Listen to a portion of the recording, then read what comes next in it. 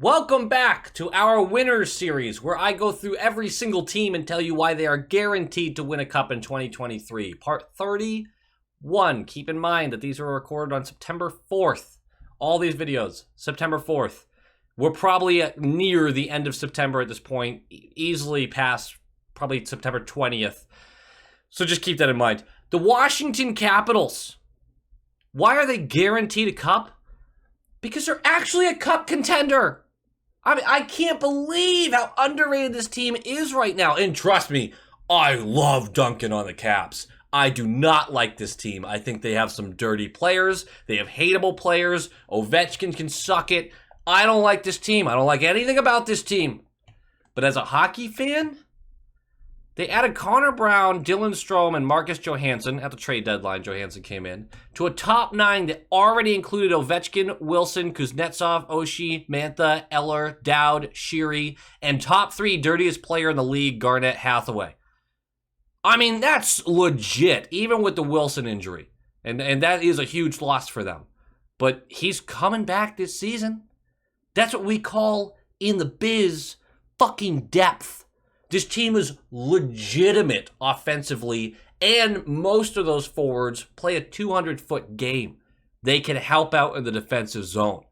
There are very few teams that will be able to match up line for line with a squad like that, especially considering they have a true top-tier first line.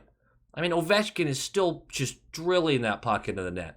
Still not good defensively, but he does play defense when he wants to. He's a little bit LeBron-esque in that remark, where, like, LeBron's not good defensively when he just doesn't care. But when Ovechkin wants to play defense, he really can. And for all you Capitals fans who are like, that's what we're saying, shut up. So many of you guys are like, no, he's actually great at defense. He's not. No, he can play defense, and he does it sometimes. Oftentimes, he fucking doesn't. So just stop. I don't know why I'm being mean to you. I just hate that you're a contender. It's not a stretch to say that this will be one of the most effective bottom sixes in the league, and that matters when the top lines are starting to age out a little bit. I do have my qualms about Dylan Strome and his lack of skating ability and speed, but when you have a power forward like Mantha, you can just kind of get the puck into space, and Mantha's going to do the rest.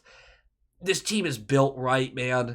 They're built right. They're built well. And their biggest issue last year has been solved. They brought in Kemper. Vanacek and Samsonov had a combined 902. Vanacek being the better one at 908. What's in front of Kemper now, Carlson leads a defense that has some holes in it, but a fully healthy season should once again put him at around a point per game. Orlov and Jensen are capable defensemen as well. And then Kemper is there to solve their problems. Yes, he had a rough end of the season last year. I mean, winning the cup. But statistically, he wasn't great.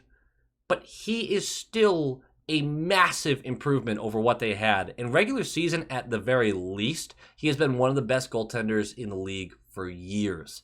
Just isn't mentioned that much. The team put up 100 points last year, and no one cared because the East was loaded. Well, they loaded up and look to be far better this season. Far better than the 100-point Capitals of last year. That's a scary thought for any bottom feeder who is hoping for them to kind of age out and push them out of the playoffs. Hoping that the division got softer. It did not. This team is legit and should have real Stanley Cup aspirations. And they do. A lot of these entries over the past couple weeks needed to have light shined on their brightest spots to argue a championship. This team doesn't need it. Legitimately a great squad when healthy. Fuck it. I've talked myself into it. The Washington Capitals 2023 Cup Championship. Let's go, baby!